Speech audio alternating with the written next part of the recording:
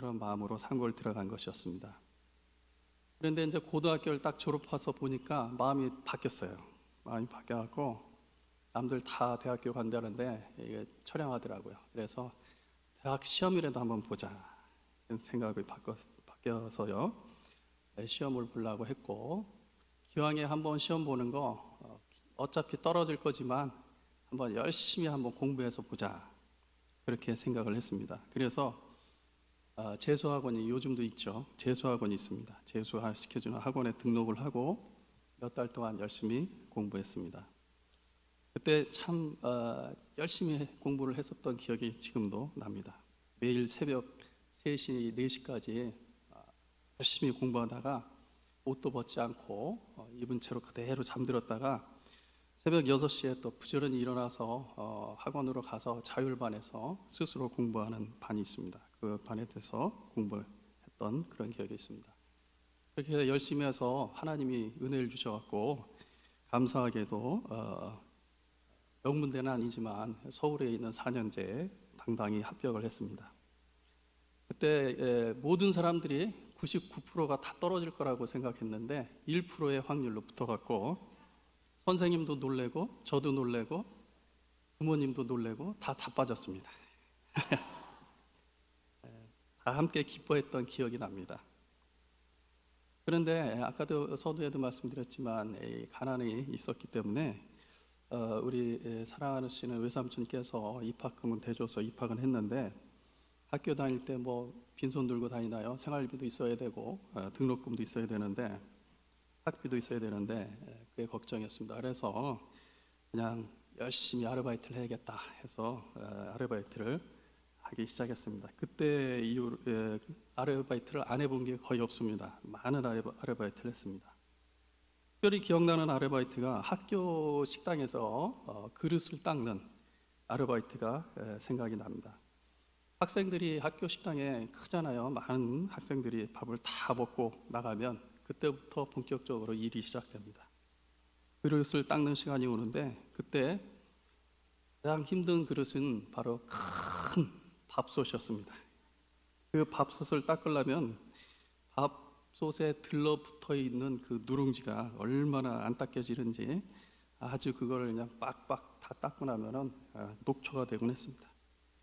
그러다가 운이 좋아서 간단한 사기 그릇을 닦을 때는 아주 가볍게 닦으면서 행복해 했었던 기억이 납니다.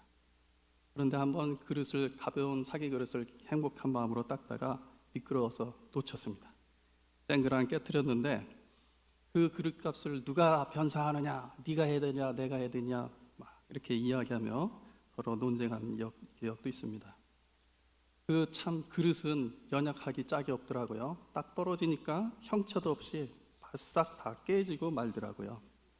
그것이 그릇입니다. 오늘 본문에서 성도는 그런 질그릇이다라고 말씀하고 예수님은 보배다라고 말씀합니다. 이제는 어쨌든지 좋았든지 나빴든지 간에 2016년은 어제로 지나갔습니다. 이제는 우리가 기대하고 소망하는 새해가 2017년이 밝았고 시작됐습니다. 오늘은 본문을 통해서 우리 새해를 맞이하는 질그릇인 우리 그리스도인은 어떤 마음으로 새해를 맞이해서 주님을 기쁘시게 할까 한번 생각하면서 은혜를 나눴으면 좋겠습니다. 오늘 읽으신 본문 고린도후서 4장의 내용은 사도된 자의 자세에 관한 내용입니다. 다시 말하면 사도의 복음 전파의 내용은 자기 자신을 드러내는 것이 아니고 오직 복음만 전해야 된다라는 내용입니다. 그런데 그 복음을 전할 때에는 반드시 고난과 역경이 따라오는데 그 고난과 역경을 이겨내는 것은 오직 그리고 복음의 능력으로만 인내할 때 승리할 수 있다라는 것이 오늘의 본문 내용입니다. 이런 본문이 내용이 이렇게 된다는 것을 기억하시고 오늘 본문 말씀을 통해서 하나님께서 주시는 교훈과 은혜를 찾아보고 나누도록 하겠습니다. 첫째로 연약한 질그릇인 성도는 강한 능력이신 예수님을 모셔야 하는 것입니다.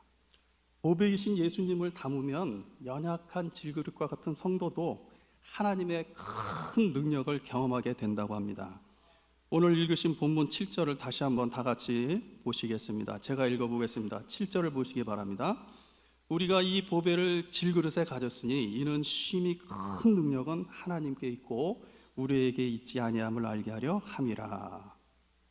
심히 큰 능력은 누구에게 있다고 말합니까? 하나님께 있다라고 말합니다. 보배이신 예수님을 우리 마음에 담으면 하나님의 큰 능력을 경험할 수 있다. 이렇게 사도 바울은 말합니다. 질그릇은 참으로 연약하고 천하게 취급받습니다. 금그릇도 아니고 은그릇도 아니고 질그릇. 이 질그릇은 아무도 귀중히 여기지 않는 그런 존재입니다. 너무나 평범하게 느껴지고 너무 쉽게 여겨집니다. 그리고 연약합니다. 잘못해서 놓치기라도 하면 형체도 모르게 깨져버리는 것이 질그릇입니다. 바로 이런 질그릇과 같은 존재가 바로 성도라고 오늘 본문은 말씀하고 있는 것입니다.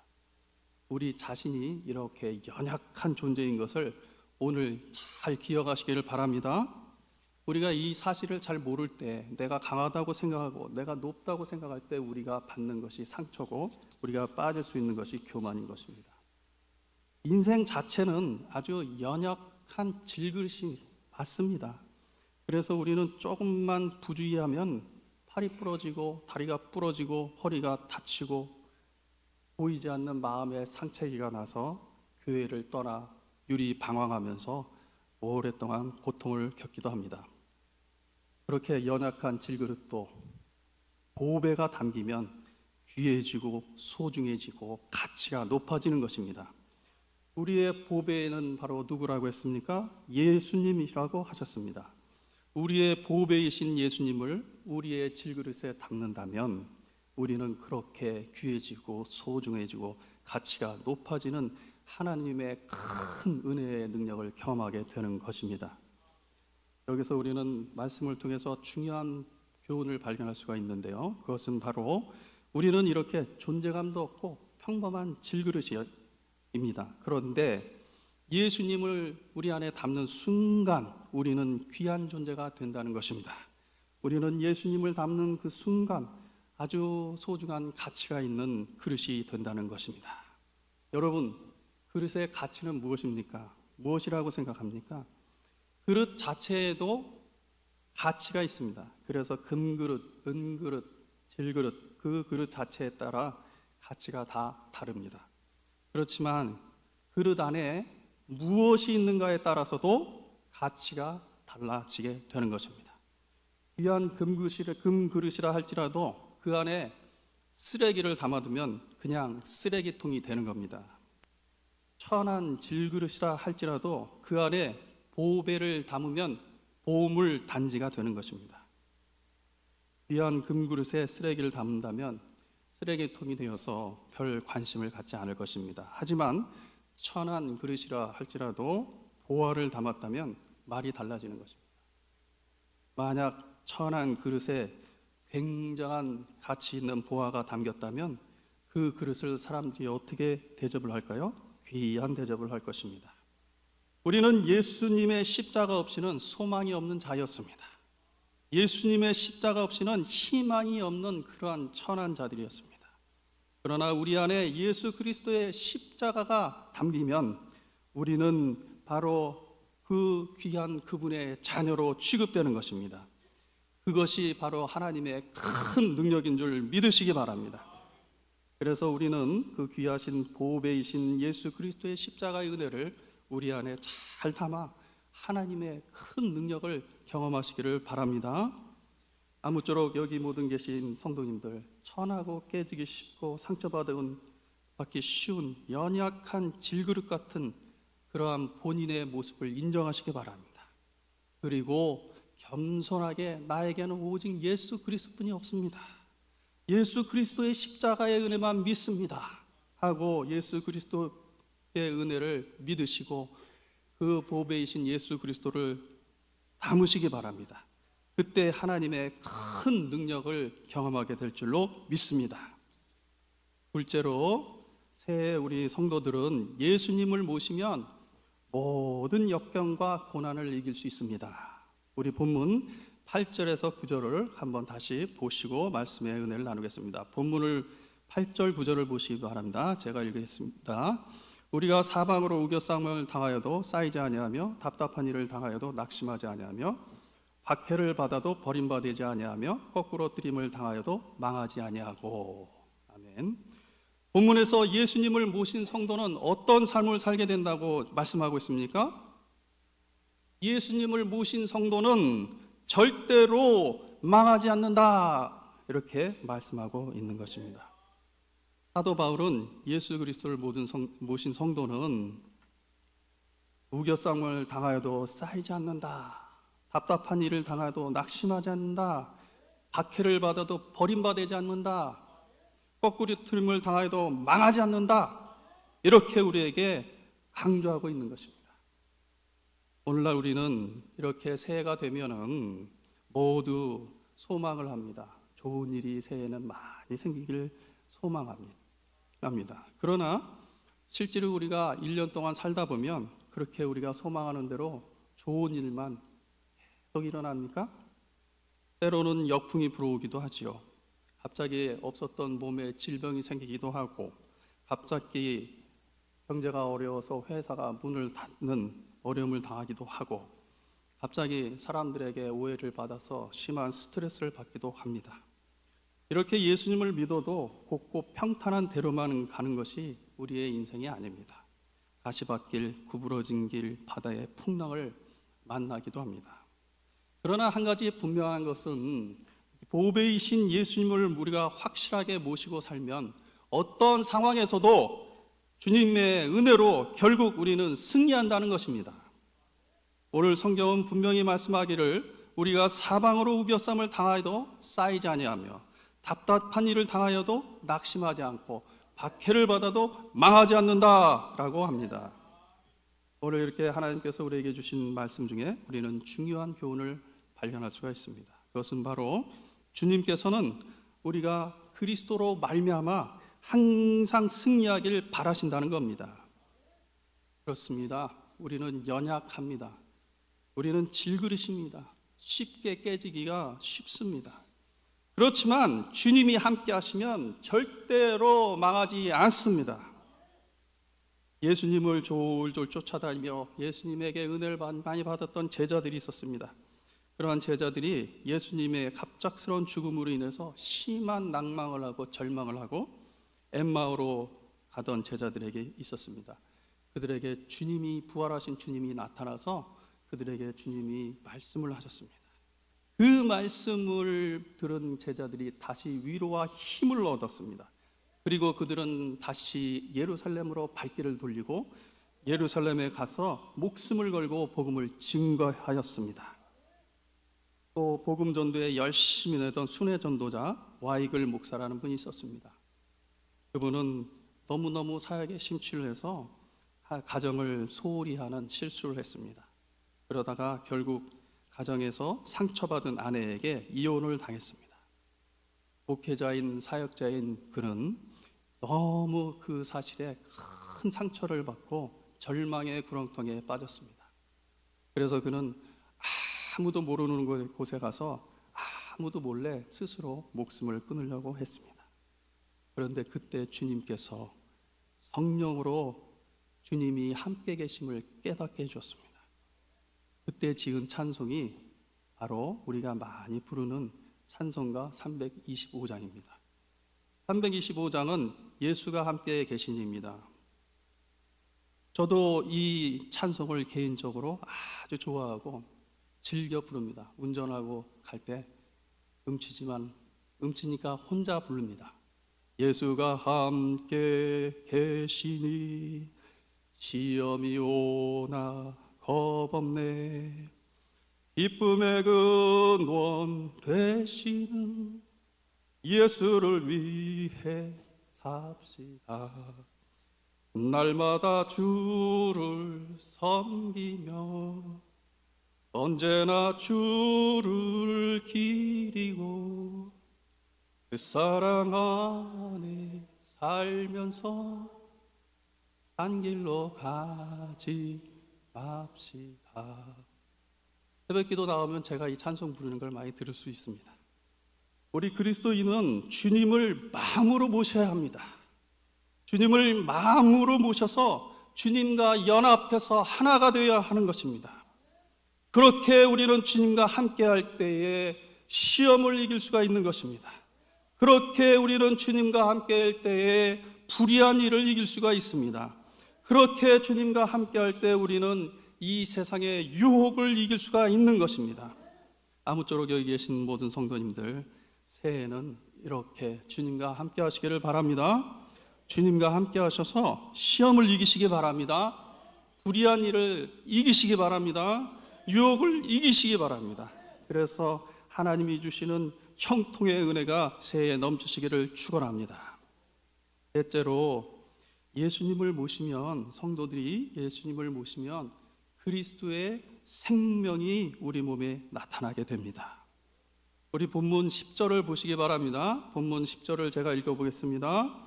우리가 항상 예수의 죽음을 몸에 짊어지면 예수의 생명이 또한 우리 몸에 나타나게 하려 함이라.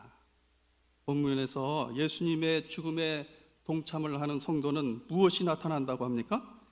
바로 예수님의 생명이 우리 몸에 나타난다라고 말씀하고 있습니다. 여러분, 그러면 생명이란 무엇입니까? 생명이란 무엇입니까? 생명이란 살아있다라는 것입니다. 살아있다는 것은 바로 대화를 하는 것입니다. 살아있다는 것은 바로 움직인다는 것입니다. 이와 같이 살아있다는 것은 역동적인 것을 의미하는 것입니다. 예수의 생명이 우리 몸에 나타난다면 이와 같이 예수님의 역동성이 우리 몸에 나타난다는 것입니다.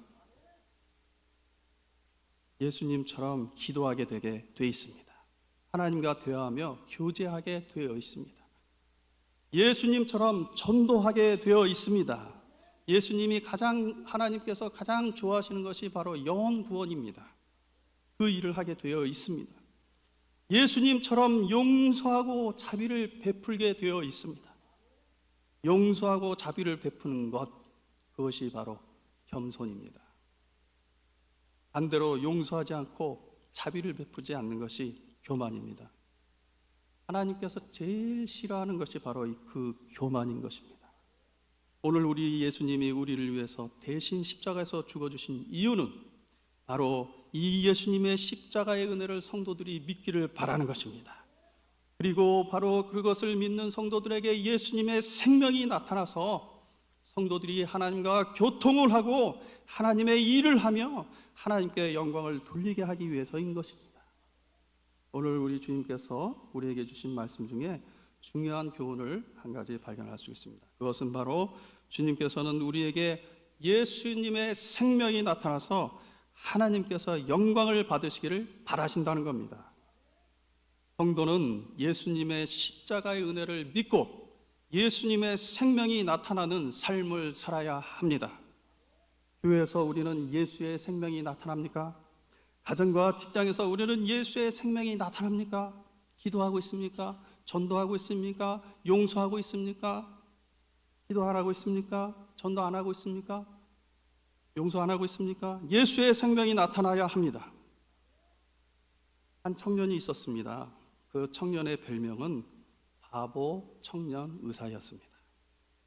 의사인 그 청년은 예수님을 믿기 시작했습니다. 예수님을 믿자 그는 예수님의 십자가가 진정으로 믿어졌습니다. 그래서 그 청년은 남들처럼 대충 예수님을 믿는 것처럼 살 수가 없었습니다. 그에게는 바로 예수님의 생명이 있었기 때문입니다.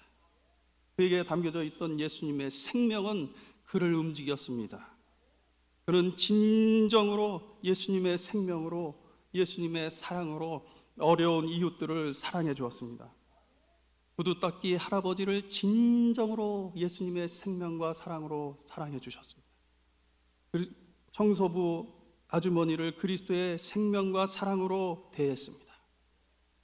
그 청년은 진정으로 모든 사람에게 예수의 생명과 사랑으로 대했습니다.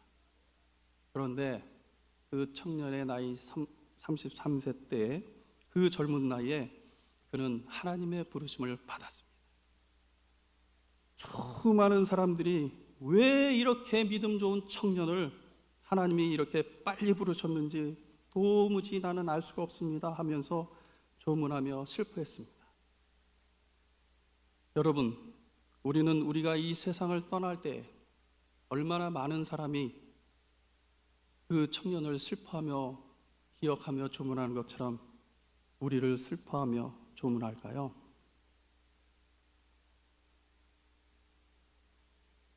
우리 그리스도인은 진정으로 예수 그리스도의 십자가를 믿어야 합니다.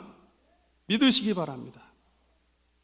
예수 그리스도의 십자가에 동참할 때에 예수 그리스도의 생명이 역동적으로 움직이게 되어 있습니다. 예수 그리스도의 생명으로 기도하고 전도하고 용서와 자비를 베풀게 되어야 합니다. 생명의 특징이 무엇입니까? 생명의 특징은 흘러가는 것입니다. 강물의 생명이 충만할 때는 강물이 역동적으로 흘러갑니다. 굽이굽이 강물은 흘러 더 큰 강으로 합쳐집니다. 또 그 더 큰 강은 더 굽이굽이 흘러가서 큰 바다에 이루어서 그 바다에서 큰 바다에서 수많은 생명을 담아냅니다. 하지만 고인 물은 생명이 없습니다. 더 이상 흐르지 않는 물은 생명이 없습니다. 지금 당장은 괜찮아 보여도 조금 지나면 그 생명이 다 고갈되고 완전히 소진되게 되어 있습니다. 예수님의 생명도 역동적으로 성도를 통해서 세상으로 흘러가야 합니다. 성도는 예수님의 생명을 세상으로 흘려보내는 생명의 파이프가 되어야 하는 것입니다. 여기 계신 모든 분들 새해에는 예수님의 생명이 역동적으로 흘러넘쳐서 많은 사람들에게 그리스도의 사랑과 은혜를 나누시기를 바랍니다. 그렇게 하심으로 우리의 영혼을 죄로 유혹하며 망하게 하는 사탄을 이기고 하나님이 주시는 은혜로 항상 형통하시는 은혜가 넘치시기를 축원합니다. 이제 말씀을 마무리합니다. 우리는 오늘 주님의 말씀대로 하나님의 영광을 위해 살아가기를 소원합니다. 이제는 다사다난했던 2016년도는 지나갔습니다. 잊어버리시고 새로운 2017년도에 우리 주님의 생명을 나누는 그런 은혜가 있길 바랍니다. 오늘 우리는 주님이 주신 말씀대로 천한 질그리신 우리 안에 보배로우신 예수님을 잘 모시길 바랍니다. 그래서 귀한 하나님의 자녀가 되어서 하나님의 은혜가 큰 은혜가 넘쳐서 어떠한 역병과 어떠한 고난도 예수님의 생명과 능력으로 이기시길 바랍니다.